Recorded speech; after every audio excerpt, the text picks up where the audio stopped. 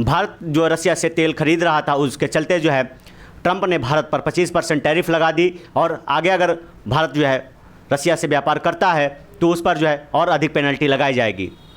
Trump के 25% tariff के बाद ईरान ने जो है भारत का समर्थन किया है। खमनेई ने जो है खुला समर्थन दिया है भारत को कि अमेरिका से डरने की कोई ज़रूरत नहीं है। और जो लोग ईरान और इजराइल युद्ध के दौरान इजराइल के साथ खड़े थे तो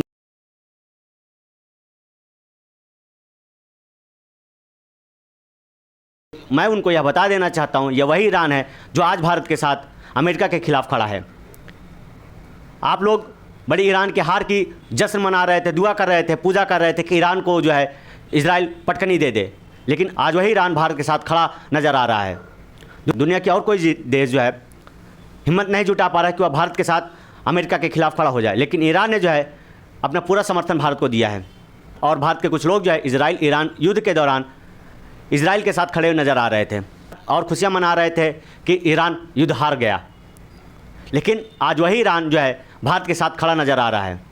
यह 25% टैरिफ का जो खेल है ट्रंप ने तब लगाया जब मोदी जी ने संसद पर जो है कहा कि हमने हमारा लक्ष्य पूरा कर दिया है, अगर आप कुछ करोगे तो महंगा पड़ेगा। और आप सीज फायर करवाने में किसी विदेशी का हाथ नहीं था। मानसून सत्र के दौरान संसद जब चल रही थी तो विपक्ष के नेता श्री राहुल गांधी पुरजोर तरीके से यह बात रखते हैं कि मोदी जी यहाँ पर यह आकर कह दें कि ट्रंप ने जो है सीज फायर नहीं करवाया है, लेकिन फिर उसके बाद जो है मजबूरी में आकर मोदी जी को यह कहना पड़ता है कि सीज फायर करवाने में किसी विदेशी ताकत का हाथ नहीं था। फिर उसके बाद जो है ट्रंप का एक बयान निकल कर आता है कि अब हम भारत पर जो है 25% टैरिफ लगाएंगे। मतलब यह दोनों खबर एक दूसरे से किस तरीके से जुड़ी हुई हैं आप समझ सकते हैं कि यहाँ संसद पर मोदी जी यह कहते हैं कि किसी विदेशी शक्ति का हाथ नहीं है सीज फायर करवाने में, और ठीक उसके बाद जो है यह खबर निकल कर आती है कि ट्रंप ने भारत पर 25% टैरिफ लगा दी है। यह वह दृश्य है जब क्या बोलते हैं संसद पर मोदी जी सवाल का जवाब देते हुए कि सीज फायर किसी विदेशी शक्ति ने नहीं करवाया, विदेशी ताकत ने नहीं करवाया, या कहें ट्रंप ने नहीं करवाया, तो उसके बाद उसी बीच में राहुल जी बोलते हैं कि मोदी जी कह दें कि ट्रंप ने जो है सीज फायर नहीं करवाया भारत पाकिस्तान के बीच। तो उसके बाद जो है मोदी जी पानी पीते नज़र आ रहे हैं। मतलब अगर आप इस चित्र पर नज़र डालें तो यह उनका भाषण था। फिर जब ये कह रहे थे कि हमें जो करना है था हमने वह पाकिस्तान के साथ किया, हमने उसका मुंहतोड़ जवाब दिया। फिर उसी बीच जो है राहुल जी उठकर बोलते हैं तो यहाँ पे प्रधानमंत्री बोल दे कि ट्रंप झूठ बोल रहे हैं। If he has the courage of Indira Gandhi, yes, let him say here, yes, let him say here, yes, that Donald Trump, you're a liar, yes, that you did not make a ceasefire. कि कह दीजिए कि cease fire में जो है Trump का हाथ नहीं था। फिर क्या है, मोदी जी उसके बाद जो है पानी पीते नजर आए। मतलब मोदी जी जो है किसी सवाल का जवाब देना बिल्कुल नहीं चाहते हैं, वह थर-थर कांपने लगते हैं। शायद इसीलिए मोदी जी इतने सालों में एक भी प्रेस कॉन्फ्रेंस नहीं किए हैं कि जब उनसे कोई सवाल पूछा जाता है तो वह हक्के बक्के रह जाते हैं, वो सवाल का जवाब भी नहीं दे पाते और तुरंत पानी पीने लगते हैं। मतलब आप देश के मुखिया हैं, जब आपसे कोई विपक्ष का नेता सवाल करता है तो आप हड़बड़ा जाते हैं उसका जवाब देते हुए। मतलब आप में जो है बिल्कुल स्थिरता नहीं नज़र आती है कि आप जो है विपक्ष के सवालों का सही जवाब दे सकें। बड़ी खबर है, अमेरिका ने भारत पर टैरिफ लगाया है। 1 अगस्त से 25% टैरिफ लागू कर दिया गया है। ट्रंप ने 25% टैरिफ का ऐलान किया। उसके बाद जो है ट्रंप का जो है एक बयान निकल कर आता है कि अब हम भारत पर 25% टैरिफ लगा रहे हैं। मुझे उम्मीद है कि इसके बाद जो है भारत रसिया से तेल नहीं खरीदेगा, वेपन्स नहीं खरीदेगा, फर्टिलाइज़र नहीं खरीदेगा। लेकिन भारत की जो नीतियाँ हैं वो अलग हैं। वह जो है विश्व के दबाव में, वह किसी अन्य व्यक्ति के दबाव में नहीं आना चाहती है और ना ही आएगी। उसको जो है अपनी नीतियों के अनुसार काम करना है। हमें जो रसिया से कच्चा तेल सस्ते दामों पर मिलता है, गैस सस्ते दामों पर मिलती है, फर्टिलाइज़र वेपन्स सस्ते दामों पर उपलब्ध हो जाते हैं। इसलिए जो है हम रसिया से तेल खरीदेंगे।